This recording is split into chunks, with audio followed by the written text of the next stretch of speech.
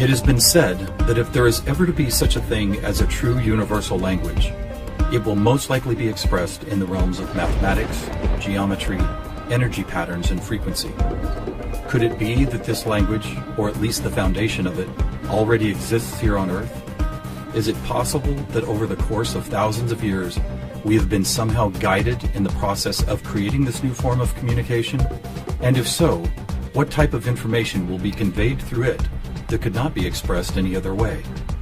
In the search for answers, we must be prepared to trek through both time and space, to open our eyes and minds wide enough to notice compelling coincidences, and to stand back far enough to see if the building blocks of some kind of mathematical, spatial, frequency-based language emerge. But before we begin our journey, we will pause here in the present day to notice some of the ways that we measure and tabulate the world around us. This is an important step, for how we count and measure things can be as revealing as why we count them. First, we will take a look at the way we measure time. For all practical purposes, the smallest unit is 1 second, and we all know it takes 60 seconds to make a minute, and then 60 of these minutes to make an hour. This hour, of course, is the unit by which we divide our days, and these days become months, years, decades, centuries, and so on. Speaking of 60, let's take a moment to notice that all geometry, whether it is 2 or 3 dimensional, is also derived from base 60 mathematics that provide the foundation for a 360-degree circle, which in turn provides us with all the angles and formulas for creating virtually every shape known to humankind. Now let's look at how many cultures from all over the world have chosen to count and group things. Right away, we see that we have been attracted to the number 12. 12 eggs in a dozen, 12 months in a year, 12 inches in a foot, 12 signs of the zodiac. Strangely, whether it's tallying disciples or mythical gods, the number 12 appears often in the telling of our greatest stories about ourselves. And what about distance? Your local town might be measured in meters or other units, but when we talk about measuring our planet, the standards we all use revert back to base 60 units of miles, minutes, or geometrical degrees. Are you noticing the pattern here? We seem to be encountering a lot of 12s and 60s. Are they related? And if so, how? To answer that piece of the puzzle, we must travel roughly 5,000 years back in time to visit the ancient Sumerian culture of Mesopotamia, for here is where our 1260-based math comes from. This counting system, which was invented by the same people who produced the world's first written language, involved counting the knuckles of the 4 long fingers on one hand and then multiplying them by all 5 digits on the other hand. If you do this, you will get a maximum number of 12 knuckles times 5 fingers, which of course totals 60. How these cosmic jumps in language and mathematics occurred so suddenly is open to debate, but it is interesting to note that the ancient Sumerians themselves wrote about being given this information by sky god visitors they called the Anunnaki. Who and what the Anunnaki were is a hotly contested subject, but one thing that cannot be denied is the fact that over 5,000 years ago, a mathematical system was born that incredibly still serves us today. So now that we have our various units of measurement, all based on the Sumerian 1260 counting system, let's jump forward to a few pivotal moments in history and see what other numbers, patterns, and synchronicities appear. In the 6th century BC, on the Greek island of Samos, the famed mathematician Pythagoras led a school of thought that married philosophy, mathematics, music, and of course geometry. And while Pythagoras did not discover advanced geometry, he did apply it in new ways, especially to music. For instance, he noticed that when a tauten string was plucked, it would create a tone. And when that string was divided in half, it would make the same tone only twice as high in pitch. Pythagoras then came up with numerical ratios based on harmonic fifths, and this led to the creation of the musical scale found at the root of most modern music. It is important to note that according to Pythagoras, all musical notes were found by using mathematics, and as such were given number values according to their placement in a kind of master grid.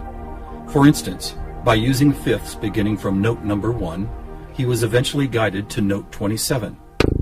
And to find the same note twice as high in pitch, he simply kept doubling it to 54, 108, 216, 432, and so on up the scale.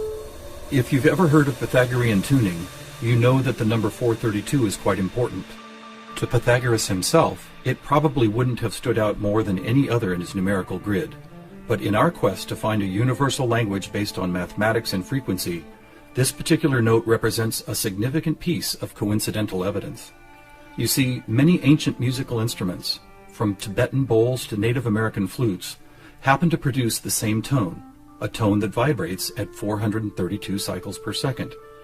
That's compelling, but even more intriguing is the fact that Pythagoras was not calculating vibration cycles to find tone 432. It just happens to be the same number. What's more, for decades, most modern musical instruments were also tuned to this same fourth octave A, with a value of 432 cycles. How could this be? Who chose this particular note as the keystone for instrument tuning, and more importantly, why? Here is where a deeper mystery begins to emerge, and to explore it we will need to go back to Pythagoras' other passion, geometry. It is not an exaggeration to say that to Pythagoras and his disciples, geometry and math held a key to the nature of all life everywhere, and maybe it does. Let's look at the first four geometric shapes, the circle, triangle, square, and pentagon. In each of them are angles of degrees that, when added together, always total a specific number relative to that particular shape. For instance, if we take a triangle, the sum total of all three interior angles is always 180. For both the square and circle, it is 360. For a pentagon, it is 540. Now at this moment, let's step back and look at these numbers in a different way, as there seems to be something about them that reaches beyond a simple sum of angles.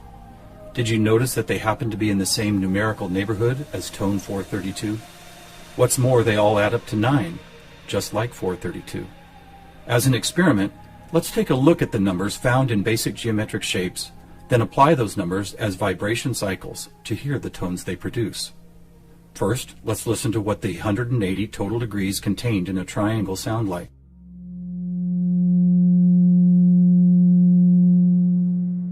And here's a squares and circles 360 in cycles per second.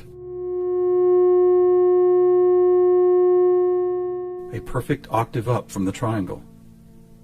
What about the pentagon at 540? That sounds like a harmonic fifth of the other two. That's interesting. What are these tones? They are F sharp and its perfect harmonic fifth of C sharp. Let's keep going. What does a hexagon 720 sound like? Another F sharp. Here's a seven-sided septagon, which totals 900. This is an A sharp, which happens to be the note required to complete an F sharp major chord in perfect three-part harmony.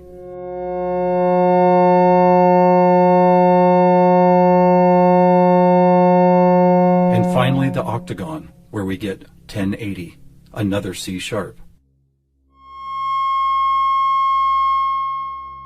Suddenly, geometry is expressed by tones, and these tones just happen to create the most beautiful form of music, a perfect three-part major chord in the key of F sharp.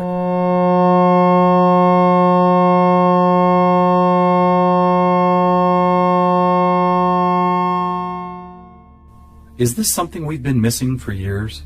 Is it important? To the famous philosopher and mathematician Plato, the answer would have been a resounding yes, for it is Plato who advanced the study of two-dimensional geometry into three-dimensional geometry, and who began to recognize that nature, whether expressed as a tone, the petal design of a flower, or the spiraling design of a seashell, seemed to follow a 3D mathematical pattern. In fact, it became an obsession of Plato to try and find the simplest three-dimensional geometric shapes, and his quest ultimately revealed what we now call the Platonic solids. In essence, these forms represent the most elemental construction blocks found both in human-made and natural forms. So let's see if and how they fit into our geometry tone grid. First, there is the tetrahedron, or a three-sided pyramid comprised of four interlocking triangles. As we did before, let's add up all the angles found in those four triangles. The answer, 720, which we have already seen is the tone F sharp.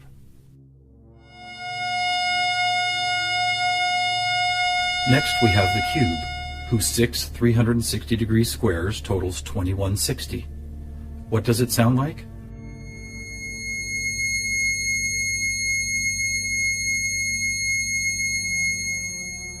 2160 is a high C sharp, and as you will see later, a very interesting number for other reasons as well. Next up is the octahedron. Constructed of 8 triangles, this shape totals 1440, which is another perfect F sharp higher up the scale. The icosahedron is made up of 20 triangles, so the total number of degrees is 3600. As a tone, 3600 vibration cycles create the A sharp needed to complete yet another F sharp major chord that sounds like this.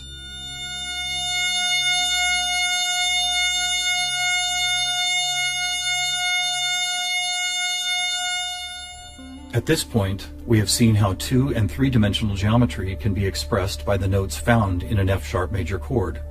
Could this also be true with what is known as sacred geometry?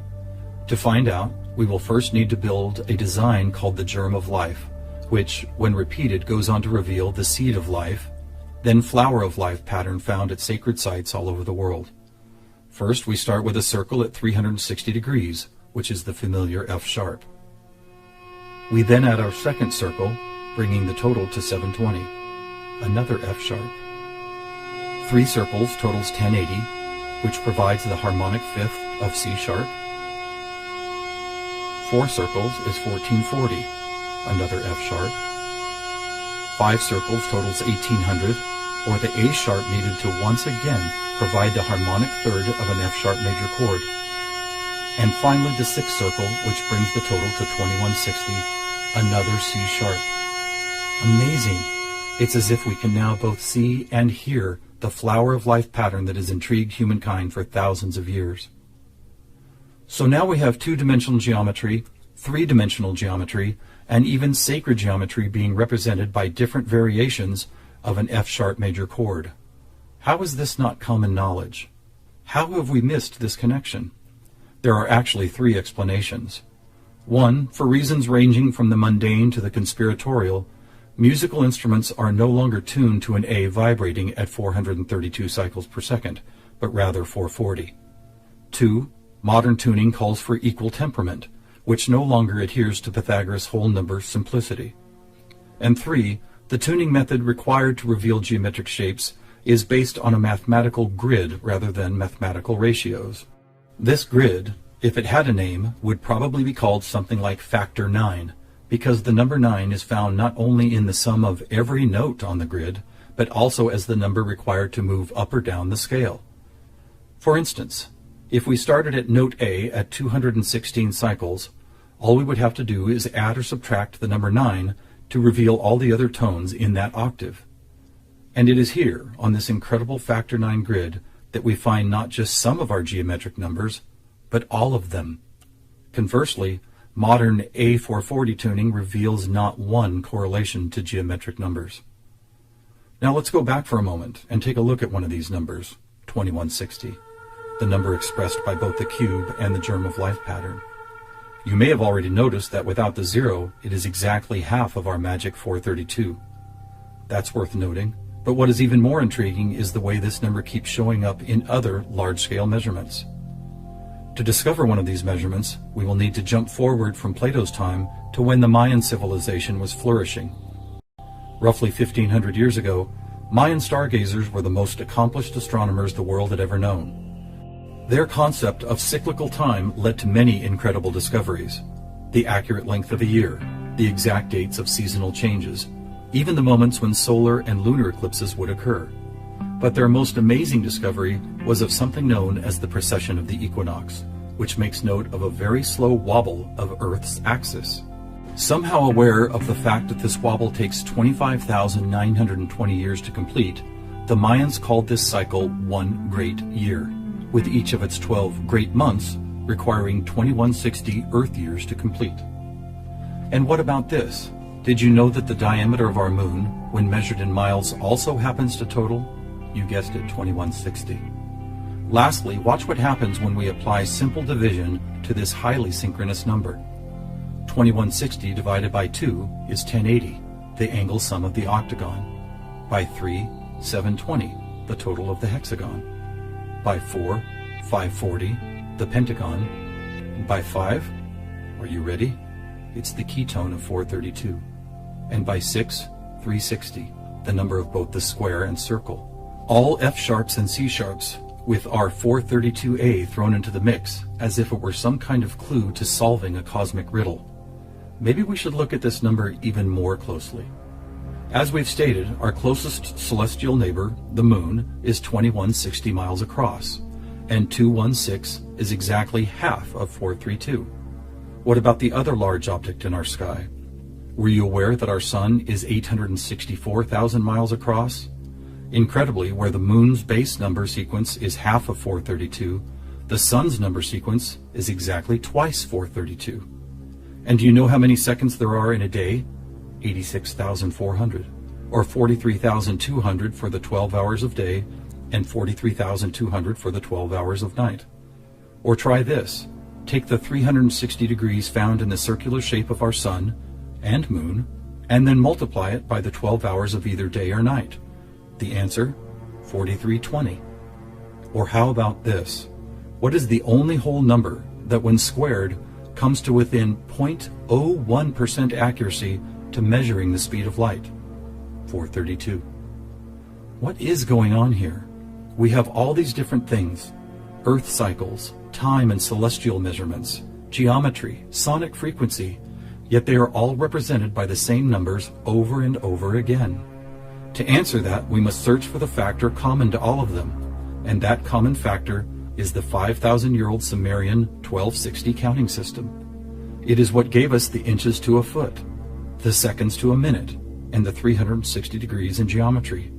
It's almost as if the sky god visitors, who the Sumerians called the Anunnaki, provided humanity with a counting system that would lead to the discovery of these synchronicities.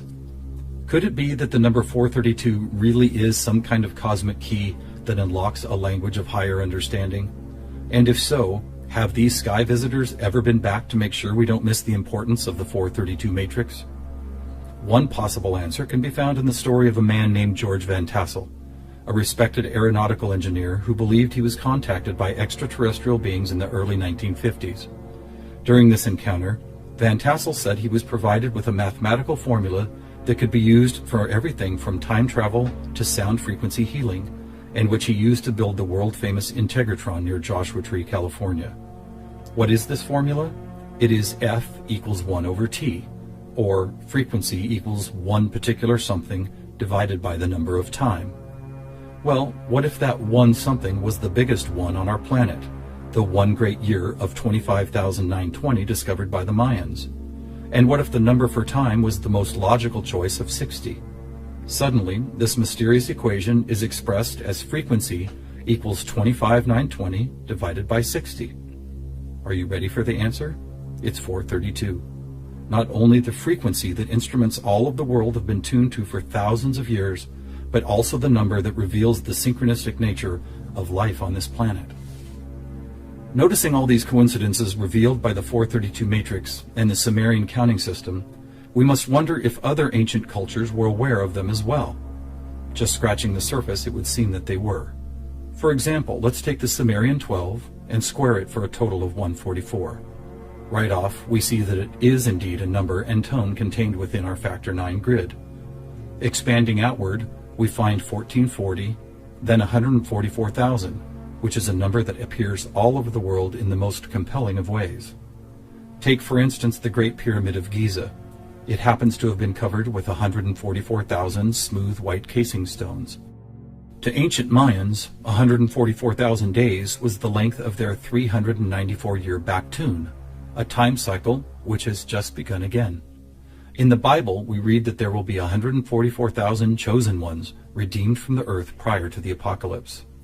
Obviously, number sequences like these have been significant to many different cultures and religious sects, and to one enigmatic group in particular, the Freemasons. Were the earliest Masons, the supposed keepers of sacred information, also aware of the factor 9 grid, the 432 key, and the number 144,000? Their infatuation with the numbers 3 and 13 might be telling. For instance, if you divide 144,000 by 432, the answer is 333.3 into infinity. Or take a look at the back of a dollar bill. That famous unfinished pyramid could be revealing some interesting clues. For instance, there are 13 steps climbing the pyramid, and 13 times 33.3 is 432.9. Even the shape of the flat-topped pyramid appears to be made as if someone had drawn 4 dots in a line, then 3 above it, then 2 above that, and then connected those dots to reveal this iconic shape. And of course, let's not forget that the square root of our all-important factor 9 grid is 3 threes. Who else knew about 432? The answer is surprising. In India, large cycles of time are called Kali Yugas, and each one is 432,000 years long. In fact, the number 432 appears so often in sacred structures and myths, from Stonehenge to the pyramids, that author Joseph Campbell could not help but see it as the most important mythological number in history. So what do we have here? What is it that's trying to be expressed by all of these coincidences? One answer is that over the course of history, we have been somehow guided toward both the subconscious creation and eventual conscious recognition of a grand pattern based on frequency, mathematics, time, space, and geometry. Quite possibly, these synchronistic numbers, shapes, and tones represent the building blocks of a language that we do not yet fully understand, but could turn out to be the most important language we will ever learn. How will we use it? Who will we be conversing with? Time will tell. Thousands of years ago, from locations all over the globe, various prophets, shamans, and seers described an era when humanity would make some kind of cosmic leap into a next level of consciousness. Here, at the dawning of the age of Aquarius and the start of a new Mayan Baktun cycle, maybe it's happening.